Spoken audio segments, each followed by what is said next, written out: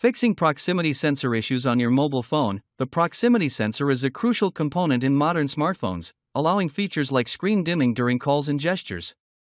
If your proximity sensor isn't working, it can cause your screen to remain on during calls, reducing battery life and potentially leading to accidental touches. This guide outlines practical fixes for proximity sensor issues. Start by restarting your phone.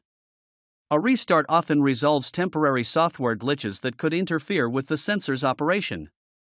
If restarting doesn't work, clean the sensor area on your phone. Use a soft, lint-free cloth to gently wipe the top part of your phone, where the sensor is typically located. Dirt, dust, or screen protectors can block the sensor's functionality. Next, check your screen protector or case. Some screen protectors, especially thicker or poorly aligned ones, can obstruct the sensor. Remove the protector or case temporarily and test the sensor to see if it starts working. If the problem persists, recalibrate the sensor. Some Android devices include a sensor calibration option in the settings. Go to Settings that display a proximity sensor or use a third-party app designed for sensor calibration. Follow the app's instructions to reset the sensor's sensitivity. Ensure your phone's software is up to date. Go to Settings Software Update and check for updates.